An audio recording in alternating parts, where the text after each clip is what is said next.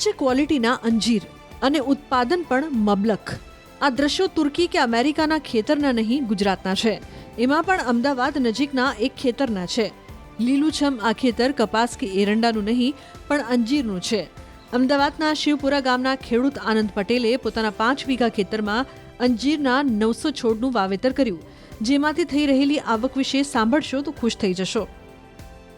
ગુજરાતમાં પણ હવે અંજીરની ખેતીની શરૂઆત થઈ ચૂકી છે અને ગુજરાતના એક સમૃદ્ધ ખેડૂત દ્વારા અંજીરની ખેતી કરવામાં આવી છે। અંદાજિત 5 વીઘાના ખેતરની અંદર અંજીરનું વાવેતર કર્યું છે। 1 વર્ષ વાવેતર બાદ હવે પ્રોડક્શન લેવાનો સમય જે છે તે પાકી ચૂક્યો છે। એટલે કે દ્રશ્યો તમારી સામે છે કે ગુજરાતની અંદર વિરમગામની અંદર હવે અંજીરની ખેતી થાય છે અને ખેડૂતો અંજીરનો પાક લઈ રહ્યા છે। આપ જોઈ રહ્યા છો કે જે પ્રકારે અંજીર જે છે તે ફૂલ્યા ફાલ્યા છે। પ્રત્યેક છોડની અંદરથી અંજીર જે છે તે જોવા મળી રહ્યા છે। એટલે કે હવે પાક થઈ રહ્યો છે।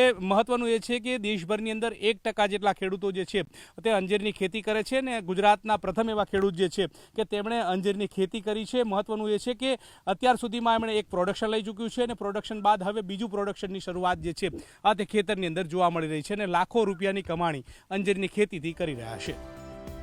વાવેતરના 1 વર્ષ બાદ અંજીરનું ઉત્પાદન શરૂ થઈ ગયું। આનંદભાઈએ શિયાળામાં 800 થી 1000 કિલો અંજીર પકવી પણ લીધા છે અને હવે ચોમાસામાં પણ પાક બેસવાની શરૂઆત થઈ ગઈ છે। આનંદભાઈના દાવા પ્રમાણે વાવેતર કર્યાના 20 વર્ષ સુધી અંજીરનો છોડ ઉત્પાદન આપતો રહે છે। મારું પ્રોફેશન આમ તો મેડિકલ છે, પણ અમે 2019ની અંદર કોરોના પછી જ્યારે ગામમાં રહેવા ગયા ત્યારે અમને વિચાર આવ્યો કે આપણે કંઈક નવીન કરીએ, તો ત્યારે અમે અંજીરની ખેતીની શરૂઆત કરી। શરૂઆતમાં અંજીર હાઈલી પેરિસેબલ હોવાથી લોકોને એવું લાગતું હતું કે આની પ્રોસેસ નથી થતી તો આને વાવવું ના જોઈએ, પણ અમે એક સાહસ કરી અને અંજીરના ટિશ્યુ કલ્ચર રોપા તૈયાર કરાવડાયા, અંજીર વાવ્યું અને એની આજે સફળ પ્રોસેસ અમે સેટ કરી છે અને અમે લોકોને અત્યારે સક્સેસફુલી વેચી બી રહ્યા છીએ। અમે રિટેલ કસ્ટમરની અંદર ડ્રાય કરીને અંજીરને અત્યારે 1000 થી 1500 રૂપિયા પર કેજી સેલિંગ કરી રહ્યા છીએ અને ઓર્ગેનિક બેઝ છે। પરંપરાગત ખેતી છોડીને આનંદ પટેલે અંજીરની ખેતી શરૂ કરીને સારી આવક પણ મેળવી છે। અંજીરના પાકમાં સમયાંતરે પડતી માવજત અંગે પણ તેમણે માહિતી આપી।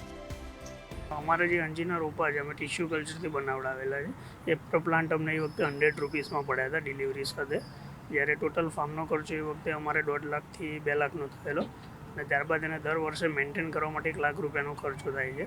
જ્યારે એની આવક ગણીએ તો નોર્મલી 5 થી 7 લાખ રૂપિયાની પર યર આવક થતી હોય છે। અંજીર 2 રીતનું પ્રોડક્શન આપતું હોય છે, એક આવે છે ખટ્ટા બાર અને એક મીઠા બાર, 2 સિઝન હોય છે। એમાં જે મીઠા બારની સિઝન આવે છે એ આવે છે ડિસેમ્બરથી લઈ અને ફેબ્રુઆરી માર્ચ સુધીની। એ સિઝનનું અંજીર બેસ્ટ અંજીર હોય છે, એને ડ્રાય કરવામાં ઉપયોગ કરીએ છીએ। અને જ્યારે ખટ્ટા બારની સિઝન આવે છે જુલાઈથી લઈને ઓગસ્ટ સપ્ટેમ્બર સુધીની, એ સિઝનનું જામ જેલી આઈસ્ક્રીમ મને એમાં ઉપયોગ થતો હોય છે।